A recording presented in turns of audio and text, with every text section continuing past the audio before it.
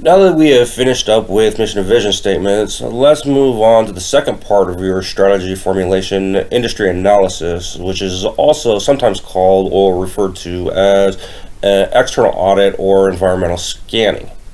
An industry analysis focuses on identifying and evaluating trends and events that are beyond the control of your company or your organization. For instance, population shifts from one region to another, increased or even decreased foreign competition, a population that is getting older or younger, and market volatility, just as some examples. An industry analysis shows you your key opportunities and threats that will challenge your organization, allowing decision makers to create strategies that take advantage of the opportunities and to avoid or mitigate the impact of the threats. Now that you know what industry analysis is and why it's important, let's move on to how it's done.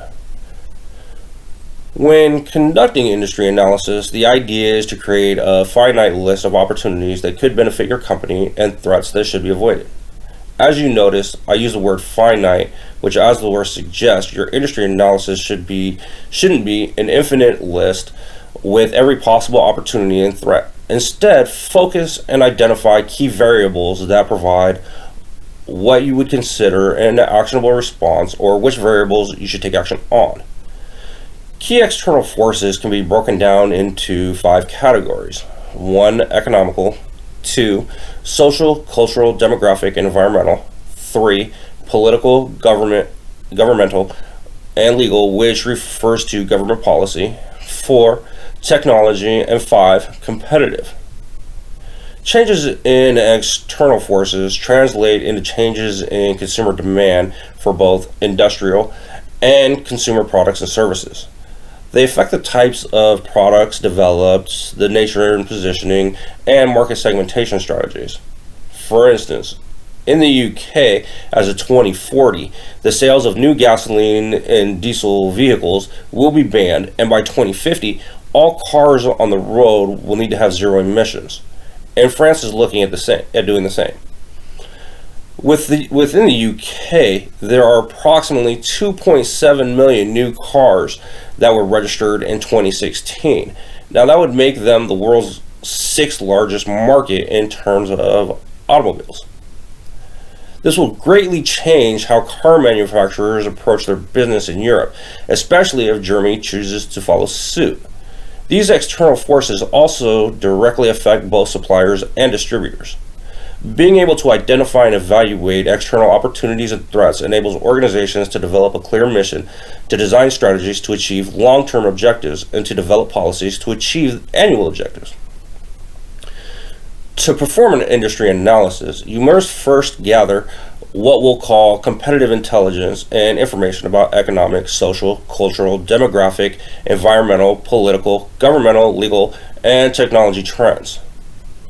If you have employees, you can task a couple of them with keeping up on the news.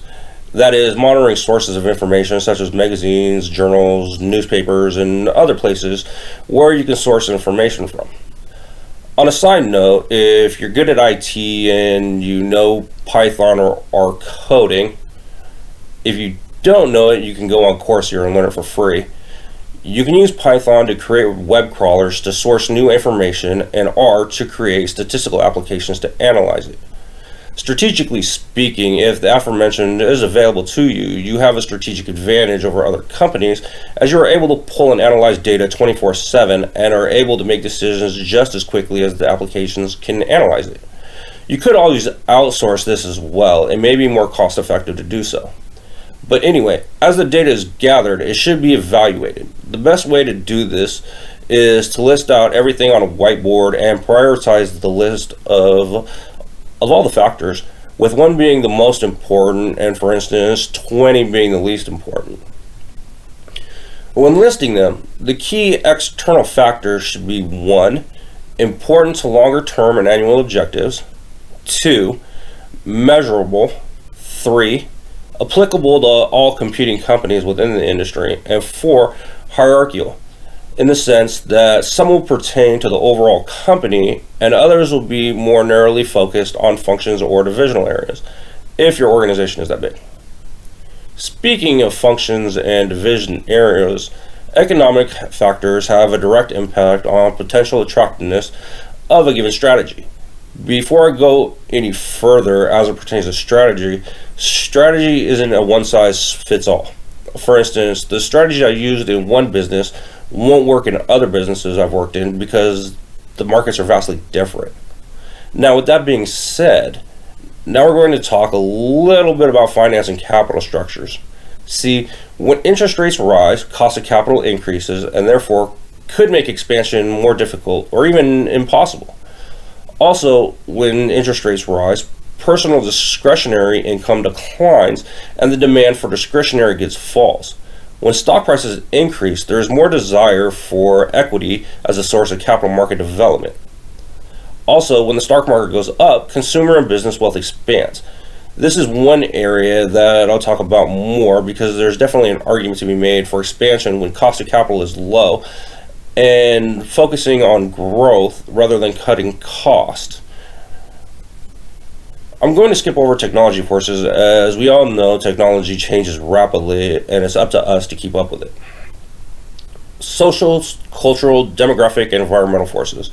Look, there are 7 billion people in the world, only about 300 million live in the US, and within the next few years, the US will not have what we'll call a racial majority. Because of this, we're already seeing trends within the US that are reshaping the way we live, the way we work, the way we produce, the way we consume. Couple this with the roughly 6.7 billion people that would like to consume US produced goods and services, and you now have cause for companies to use different types of strategies. Political, governmental, and legal forces. This primarily has to do with taxes and strategies for tax avoidance in order to create competitive advantage. I want to talk about this in a separate video, especially with the tax debate going on here in the US. So we're going to skip over this one for now. Okay, so now for the fun part. You may want to grab a pen and paper or open a Word document because I'm going to tell you step by step how to create an external factor evaluation matrix, which allows you to summarize and evaluate all of the different forces in 5 steps. Okay, ready? Step 1. List the key external factors as identified in your industry analysis. Include between 10 and 20 factors. Step 2. Assign to each factor a weight that ranges from 0.0, which is not very important, to 1.0, which is very important. The weights indicate the relative importance of the factor being successful in your company's industry. Opportunities often receive higher weights than threats, but threats can receive weights if they are especially severe or threatening. The sum of all weights assigned to the factors must equal 1.0. Step 3. Assign ratings between 1 and 4 to each key external factor to indicate how effectively the firm's current strategies respond to that factor, where 4 equals the response is superior, 3 equals the response is above average, 2 equals the response is average, and 1 equals a poor response. Ratings are based on effectiveness of your company strategy. Ratings are thus company-based, whereas the weights in Step 2 are industry-based. Step 4. Multiply each factor's weight by its rating to determine a weighted score. Step 5. Sum the weighted scores for each variable to determine the total weighted for the organization. It doesn't matter the number of key opportunities or threats included in the matrix. The highest possible total weighted score for your company will be 4, with the lowest possible score being a 1 and the average being 2.5. 4 indicates your company is responding in an outstanding way, where a score of 1 would mean your company's strategies are not capitalizing on opportunities or avoiding external threats. In closing, the industry analysis I went over isn't just for big companies, but small ones too, as it's imperative for both large and small businesses to understand key trends and events.